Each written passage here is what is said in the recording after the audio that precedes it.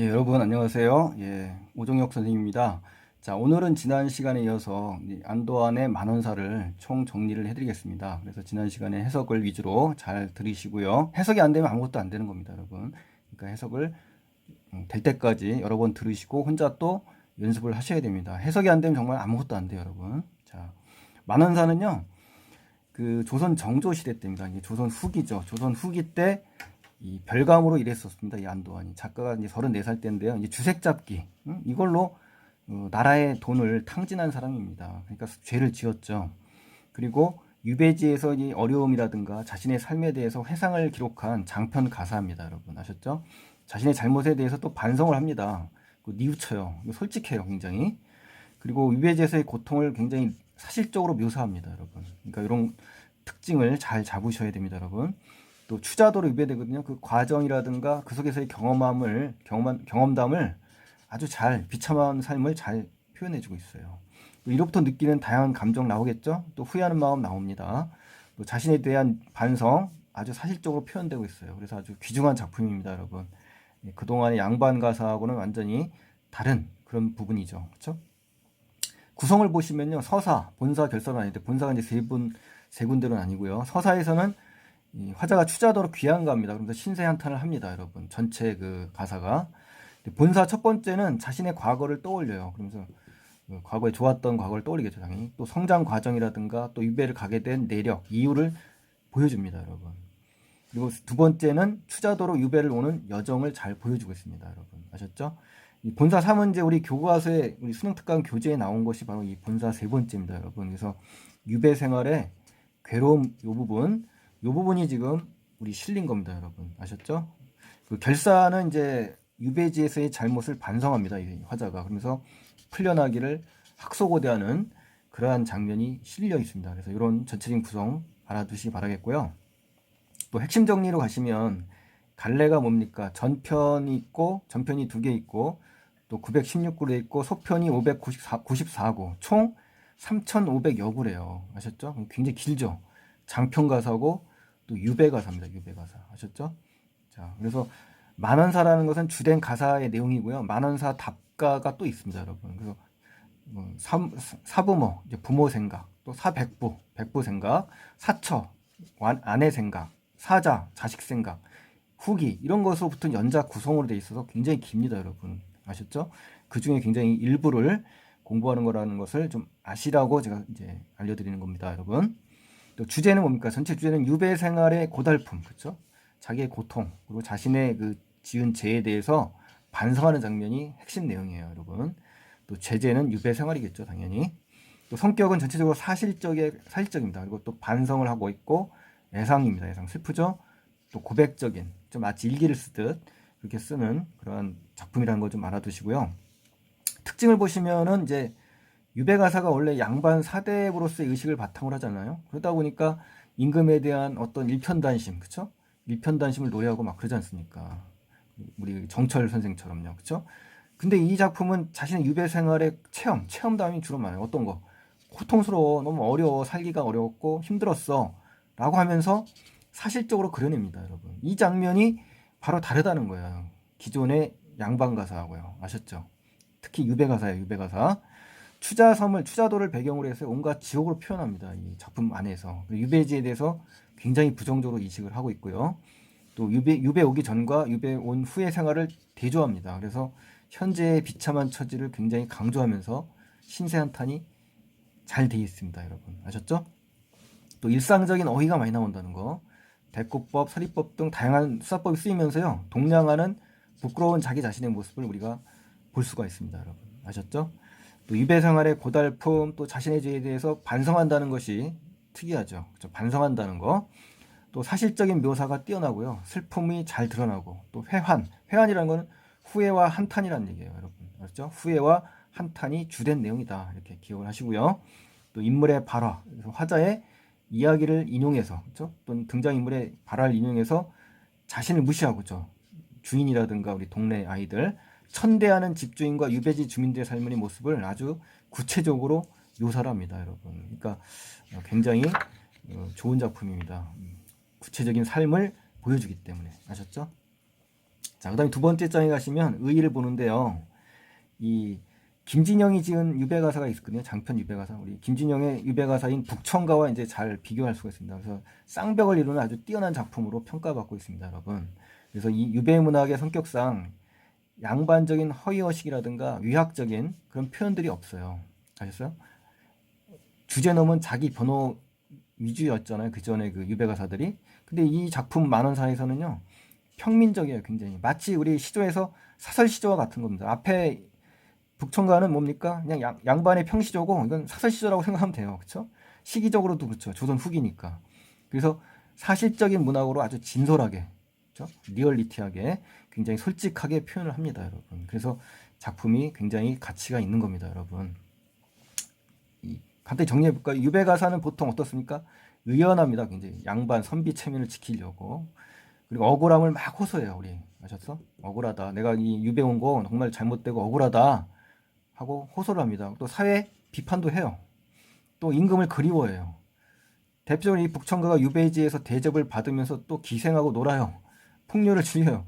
굉장히 즐길 거 다 즐기는 그러한 상황인데 이 만원사에서는요, 자기 반성이 뛰어납니다. 그리고 뉘우쳐요. 달라졌죠. 또 고통스러운 삶을 굉장히 사실적으로 묘사해서 독자들로 하여금 굉장히 그 애처롭게 만듭니다, 여러분. 연군 지정은 좀 약화되면서 슬픔과 해환이 보다 아주 전형적인 형태로 형상화됐다는 게 또 중요하고요. 네 번째로 유배 생활의 고통을 굉장히 생생하게 표현했다는 거. 구체적이고 아주 생생하고 현장감 있게 표현했다는 것이 이 작품의 큰 특징 중에 하나입니다, 여러분. 정리를 잘 하시고요. 또 우리 순특한 문제에도 나왔지만 이 확장적 서술이란 말이 이제 중요한데요, 여러분. 이런 새로운 용어라든가 이런 부분이 나온다면 수능에 출제될 확률이 높거든요. 그러니까 이런 거 정리를 좀 잘하세요, 여러분. 아셨죠? 이 확장적 서술이라는 건 뭐냐면 특정 상황이 있잖아요. 그 상황이나 어떤 사건이 있잖아요. 그럼 구체적으로 아주 자세히 묘사합니다. 그래서 그 장면을, 해당 장면을 마치 우리가 눈앞에서 벌어지는 것처럼, 마치 비디오 보는 것처럼 제시해줘요. 그래서 자신을 막 예를 들어서 귀양다리라고 부르는 아이들의 말을 듣고서 굉장히 그 서러워하지 않습니까? 그래서 다리와 관련된 내용을 굉장히 막 확장적으로 서술하지 않습니까? 우리가. 그쵸? 그 다리에 관련된 거 12다리 뭐 이상 나오지 않습니까? 아셨죠? 예, 그 장면이 바로 확장적 서술이에요, 여러분. 이 확장적 서술하니까 우리 판소리에서도 약간 비슷한 거 있었죠. 그쵸? 부분의 극대화. 그쵸? 부분의 극대화라고 있잖아요. 장면의 극대화. 그쵸? 그 부분에서도 어때요? 굉장히 재미가 있으니까 판소리에서 굉장히 그 부분을 길게 막 늘어뜨리고 나열하고 막 재밌게 하려고 막 확장해서 서술하지 않습니까? 또 말을 하고 그런 장면하고 좀 비슷한 것 같아요. 그렇죠? 비교를 잘 하시면 좋겠고요. 또 유사한 상황이 막 나오지 않습니까? 유사한 상황이 막 나오고 구절도 막 나열되지 않습니까? 우리 그렇죠? 마치 흥보가라든가 춘향가 심청가처에 나오는 것처럼 반복적으로 나열하면서 화자의 정서나 사건 등을 막 강조해요. 그렇죠? 그래서 행복했던 과거 모습하고 현재 모습하고 비교하면서 다시 옛날로 돌아가고픈 화자의 심리를 막 강조합니다, 여러분. 아셨죠? 바로 이런 것이 중요하다. 이제 6월 모의고사라든가 9월 모의고사에 이 연계가 될 확률이 상당히 높다고 봅니다. 제가 개인적으로 느낌에. 그러니까 잘 정리를 하셔야 합니다, 여러분. 중요해요, 여러분. 중요해요. 자, 이제 구절풀이로 이제 들어가는데 구절풀이가 이제 워낙 여러분들께서 그거를 어려워하시니까 일부러 이렇게 자세히 넣어놨어요. 그러니까 프린트는 이제 다운받을 수 있게끔 해놨으니까요. 다운받아서 공부를 하시고요. 항상 그 공부할 때 암기하려고 하지 마시고 이렇게 문맥을 따라서 확인하시고 연상하는 것이 중요하다라는 거 다시 한번 말씀드리겠습니다. 물머리는 이제 배멀미 아시죠? 탈망건은 이제 망건을 벗는 거고요. 중치막은 그냥 우도시다, 덧입던 덧옷이다 이렇게 생각하시고, 총은 집신 앞쪽에 우뚝 솟은 부분이 있죠. 고기를 얘기하는 겁니다. 차면은 얼굴을 가린다. 얼굴 면자니까요. 남초는 담뱃잎, 알았죠? 예, 소일조로 가지고서라는 것은 심심풀이 삼아서 가지고 있다라는 거죠. 양반의 그 형태적인 그 모습을. 내일은 내일, 나의 일이다. 내가 당한 현실의 상태다라는 거고요. 장주호접은 장자가 꾼 나비에 관한 꿈이에요. 그러니까 인생 무상을 얘기하는 겁니다. 그리고 남가일몽도 역시 인생 무상이에요. 그냥 부귀영화다. 이걸 아시기 바라겠고요. 몽중흉사 대길이라는 말이 있는데요. 꿈속에서 흉한 일을 당하면 현실에선 좋은 일이 일어난다는 얘기입니다. 아셨죠? 드자 할까? 들어갈까? 서자랴 서 있을까라고 하는 거. 자, 동냥하는 때 머뭇거리는 장면이에요. 귀양다리. 자, 귀양다리는 귀양객, 귀양 손님을 낮춰서 놀리는 호칭이라는 거.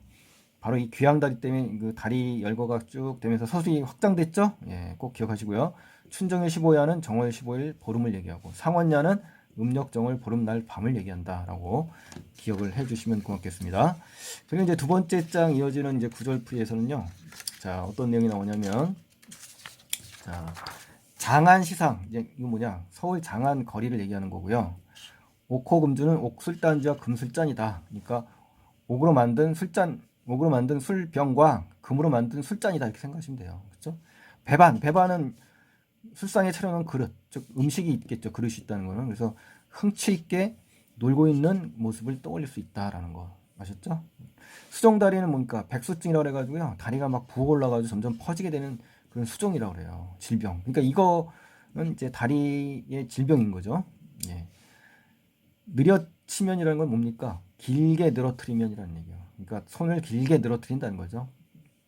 멀다 한들, 멀다고 한들 이렇게 아시죠? 이렇게 이런 것들 여러분께서 해석할 때 어색해할까봐 넣어준 거니까 확인을 꼭 하시고요. 손이라나 하여 주렴. 손이라는 건 결국 뭡니까? 우리 손 숫자가 손인객자죠. 이게 이런 거 뭡니까? 동음 이어에 의한 언어 유희잖아요. 그렇죠? 예, 언어 유희예요. 동냥말이라는 것은 동냥을 달라는 부탁의 말이고요. 장가락은 장타령 그래가지고 거지들이 부른 타령이에요, 여러분. 비부는 낮을 비잖아요, 낮을 비. 그러니까 비천한 사람이다, 천한 사람이다 이렇게 아시고요. 차서라는 거는 위아래 분별이 없다. 그러니까 위아래 구별하지 않고 위아래 질서를 얘기하는 겁니다. 아셨죠? 존대라는 말은 높여서 대한다, 이렇게 높여 대한다 이거예요. 중중하다는 것은 중얼중얼하니, 그렇죠? 줄인중, 굶주린 스님이란 뜻이고요. 당면은 바로 눈앞에서 당하는 것이 당면이에요, 여러분. 치사라는 것은 고맙습니다라고 감사합니다라고 이제 표시하는 거고요. 수은아리, 누가 그 등짐을 수은아리 할 때 물건을 나를 것이냐 하면서 한탄하는 장면. 저어버리라. 이제 내가 그냥 등에 물건을 지겠다라는 거죠. 주변은 일을 주선하거나 변통한다. 그렇죠? 어려운 일을 당했을 때 일을 해결한다는 얘기예요. 임시 변통. 그렇죠? 변통 다시 나왔네요. 형편과 경우에 따라서 일을 융통성 있게 잘 처리하는 거. 그렇죠? 일 처리를 잘한다 이렇게 생각하시면 되고요. 긴 등, 길게 뻗어나간 언덕의 등성이를 얘기합니다. 아셨죠? 멀지 않은 이렇게 되는 거죠. 멀지 않은. 존존이라는 것은 존귀한 사람이야. 거기 들어가면 어떻게 해요? 한출천배라고 하죠. 그러니까 몹시 부끄럽거나 무서워서, 그렇죠? 땀이 막 등을 적시는 겁니다, 여러분. 아셨죠? 밥산 노릇은 밥 먹을 자격이 있는 행동, 이제 밥값 판다, 뭐 이런 얘기죠. 빌긴들, 양식을 빌기인들, 그러니까 동냥한다는 얘기예요. 매양하랴, 항상 하겠냐, 늘 하겠냐, 안 하겠다, 뭐 서리법이에요. 아셨죠? 신날은 집신 바닥에 새로 놓은 날이래요. 그러니까 4가닥이나 6가닥으로 하여 삼는데요. 그러니까 집신을 만든다라고 생각하시면 되겠네요. 조이라는 건 종이거든, 종이. 노는 줄이에요, 줄. 그러니까 종이로 가늘게 비비거나 꼬아서 만든 줄을 조이노라고 합니다. 아셨죠? 3대는 삼나무의 줄기입니다. 삼나무 줄기. 자리노는 돗자리를 만들기 위해서 꼬는 줄을 자리노라고 합니다. 노끈이라고 하지 않습니까? 노끈.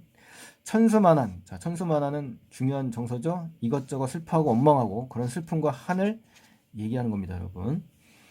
붙일 때라는 것은 마음을 붙일 때, 정 붙일 때 막 그러지 않습니까? 붙일 데가 없으니까